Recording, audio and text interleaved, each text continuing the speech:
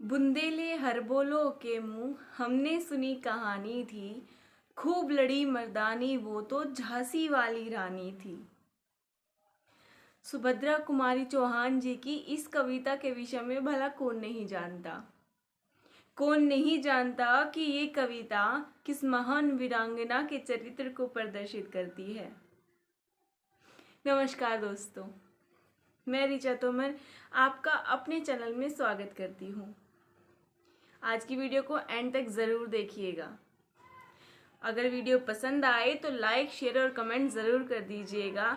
और हाँ, चैनल पर नए हैं तो चैनल सब्सक्राइब ज़रूर कर लीजिएगा। झांसी की रानी दोस्तों, एक ऐसा चरित्र, एक ऐसी महान वीरांगना जिसके विषय में अगर व्याख्यान करने लगूं तो मेरे पास शब्दों की कमी हो जाए। सुभद्रा कुमारी चौहान जी की इसी कविता से प्रेरित होकर मैंने झांसी की रानी के सम्मान में कुछ पंक्तियां लिखी हैं।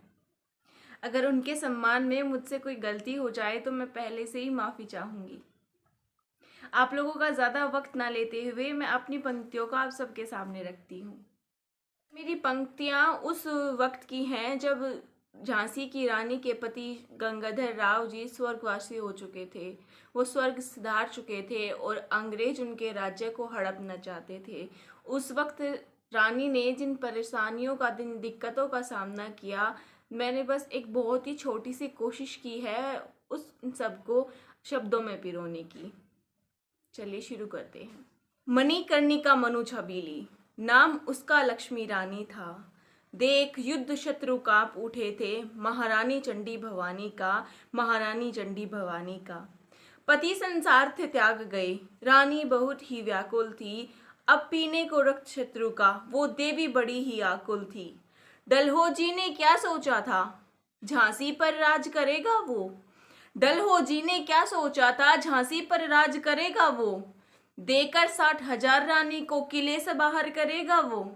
फिर मस्तक रक्त अभिषेक हुआ, युद्ध के आगाज पर पवन दौड़कर आया। फिर महारानी की एक आवाज पर बादल भीता साथ चला।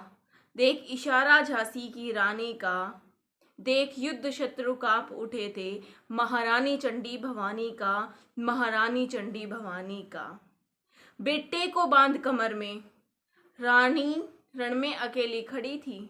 बेटे को बांध कमर में, रानी रण में अकेली खड़ी थी।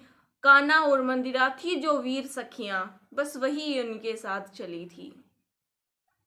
फिर वाकर भागा रण छोड़, फिर वाकर भागा रण छोड़। देख रौद्र महारानी का, देख युद्ध शत्रु कांप उठे थे, महारानी चंडी भवानी का, महारानी चंडी भवानी का। आगे की पंक्तियां इतिहास में दर्ज हैं। आधा शीश कटा था उसका, आते बाहर थी आ गई। आधा शीश कटा था उसका, आते बाहर थी आ गई। घोटक ने दिए प्राण त्याग, नाले के पार ना जा सकी।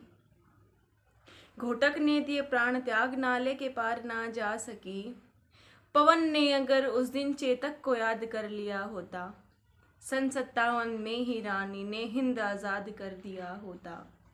पवन ने अगर उस दिन चेतक को याद कर लिया होता, सन 57 में ही रानी ने हिंद आज़ाद कर दिया होता। प्राण त्याग दिए थे उसने, निज भूमि को ना घटने दिया था।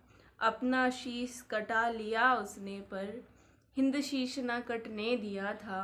रहेगा बलिदान याद सदा उस देवी लक्ष्मी रानी का। देख रूप शत्रु कांप उठे थे, महारानी चंडी भवानी का, महारानी चंडी भवानी का।